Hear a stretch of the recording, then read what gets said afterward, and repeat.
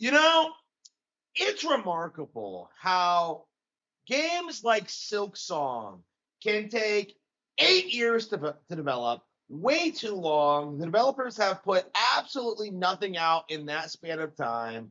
We are supposed to just buy and consider it game of the year.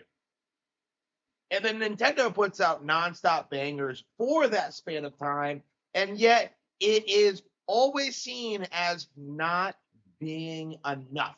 There are, of course, dozens of examples of this double standard, but the reality is Nintendo criticism essentially amounts to holding Nintendo up to what is essentially an impossible standard. So many of the games that they announced at this direct have been dismissed and disregarded as I'm not interested in that. I don't want to play that. That looks disappointing. That's not what I wanted.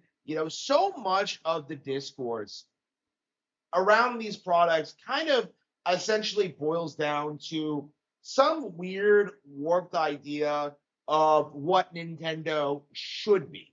And I think a really good example of this is this complaint about Nintendo has forgotten about Mario. Like, just completely disregard the fact that we're getting Mario Wonder Nintendo Switch 2 edition. Forget Mario Tennis. Forget the Mario movie sequel. Forget like everything else that happened.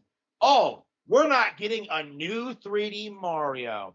So that proves that Nintendo doesn't care about their mascot.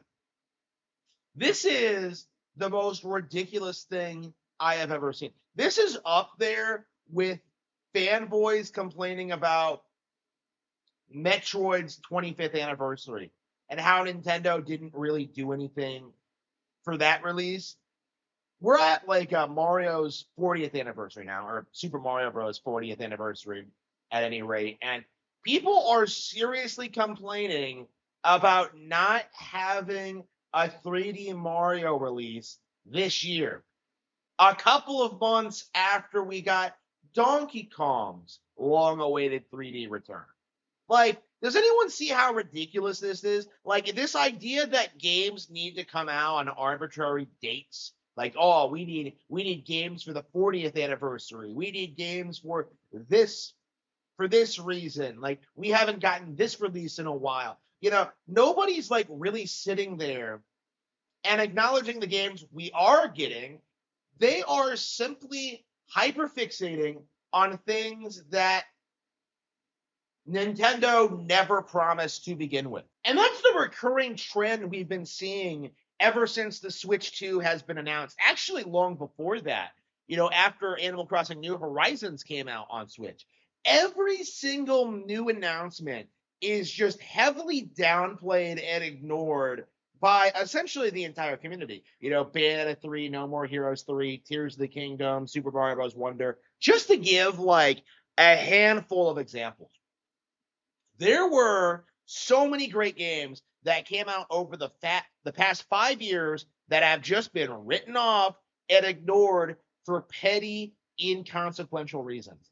Like, for example, the Bayonetta 3 debacle, in which there was a major controversy over Bayonetta 3 featuring the protagonist having a love interest and having a child with him. Like, they were complaining about babies. And I suppose that's the mindset these people are in, is that they complain about every little thing to the point where you can't really take it seriously. But it really is getting out of hand with this Nintendo Direct, because the complaints about pricing, I think, is the big one. It's the big default cope that I keep seeing all these people come back to, because Nintendo shows something cool. They show something like, say, Donkey Kong Island and Donkey Kong Bonanza, and immediately people try like spinning it around to complaining about the price. Like, oh, how much is it going to cost? How much? Like, bro, don't you have a job? Don't you have a source of income? Can't your mommy give you money? Like, I don't get it. Like, why are you clearly have an internet connection, you clearly have equipment. If you can stream, if you have the equipment to stream, you can pay $20 for a Donkey Kong DLC. Okay. Like, as of this direct, I'm calling this out right now. I don't want to see streamers complaining about the price point for games ever, because at this point it's very self-evident that this is just a cope for downplaying any new Nintendo title, no matter how good it is. Because we saw this with Mario Kart World, which should be considered Game of the Year contender, but everyone's written it off purely because of the price point. It has nothing to do with the content or the gameplay or the mechanics, like, because all of that's great. Like, people are only downplaying the game because of the price point. And watch this magically not be an issue when PlayStation and Xbox raise their prices next generation, by the way. But when Grand Theft Auto 6 sells itself for like $100 or whatever they're gonna do. But like, it has gotten tiresome a long time ago. Like, I don't want to hear about price points for games ever. But I think that's what sums up the overall feelings towards the direct, is that this was an amazing showcase. They highlighted a lot of new games, they showed off a lot of things, and yet you're seeing the community complain about things that are essentially inconsequential. Like, for example, how many times have we seen a Fire Emblem game and seen the community try and say that that's not relevant, that's not important, I don't want to play that, I don't care about that? Fire Emblem is one of Nintendo's biggest IPs. And it's not something that a lot of people talk about because it doesn't really make a whole lot of sense to people. But Fire Emblem is a huge deal now. I think they've like straight up released statements about how it's a top 5 grossing IP for them. And because of the sales numbers, people have this misconception that Fire Emblem doesn't do well. But in reality, this is a heavily merchandise-based series. It's really big, steeped in like the otaku kind of like that kind of demographic. And so it's like a high income earner for that reason. And it's only getting more popular. So I don't want to hear people like sit there and try and say that Fire Emblem being announced wasn't a huge deal, that it wasn't a huge closer, that it's not something that like people aren't excited for, because that's obviously not true.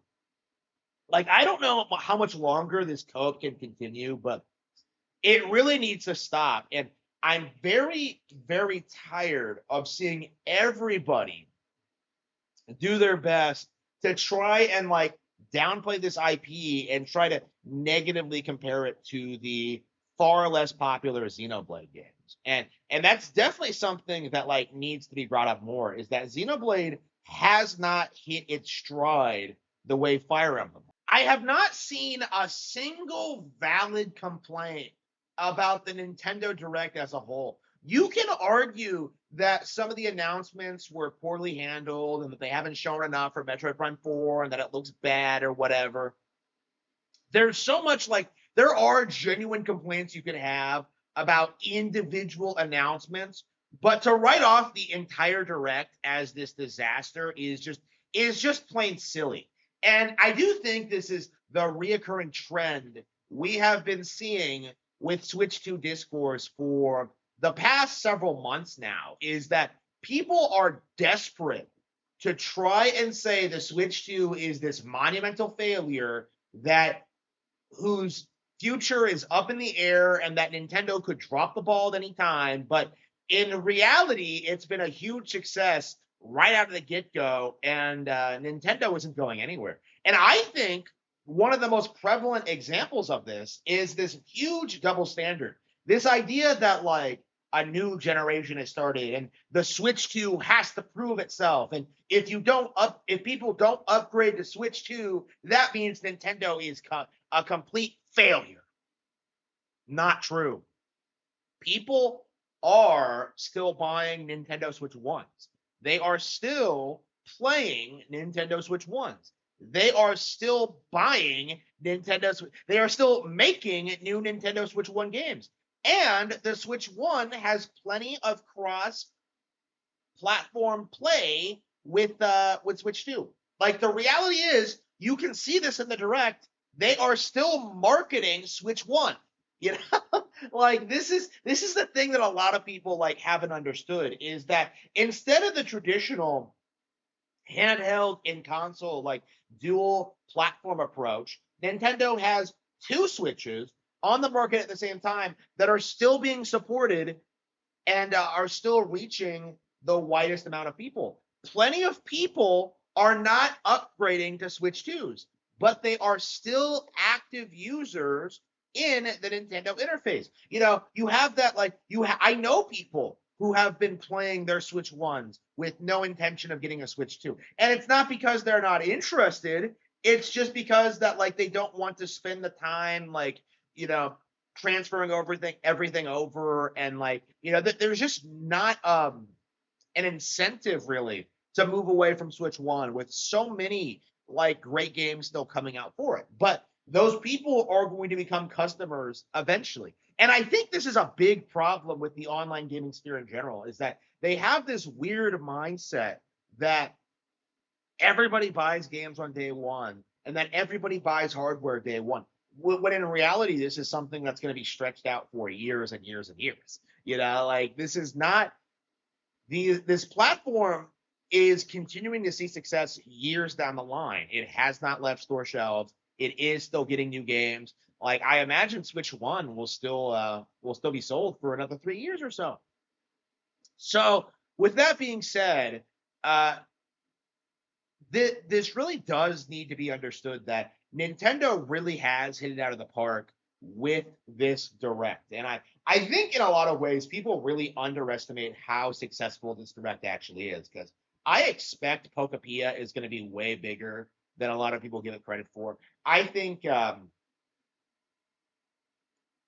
Donkey Kong DLC is a huge deal. I think Fire Emblem is going to be a huge deal. Like, there's just so much to look forward to in the next year or so. Like, I don't understand how anybody could come away from this direct thinking it was in any way disappointing. And it does need to be emphasized more that the kind of people who complain about these things are overly cynical and don't really seem to play a lot of video games anyway. Like, Dragon Quest VII by itself is like some 100-hour long RPG. So, like, considering that's being remade and considering all the other Dragon Quest games on the console, like, if you're a Dragon Quest fan, you're going to have a lot of things to play for the foreseeable future. You know, if you're a Zelda fan, like, it's these people, they really need to be called out for just their behavior and their attitude and how they treat these kind of things. Because one game, something like Mario Kart World, is endlessly replayable and is worth owning the console for. Mario Kart World by itself justifies the purchase of the console. And once you have the console, you can buy whatever you want. And there are endless options of things to play on the Switch 2 after you buy one. And the simple fact of the matter is, the giant cope that Nintendo Switch has no games is something that is not and never has been true at all.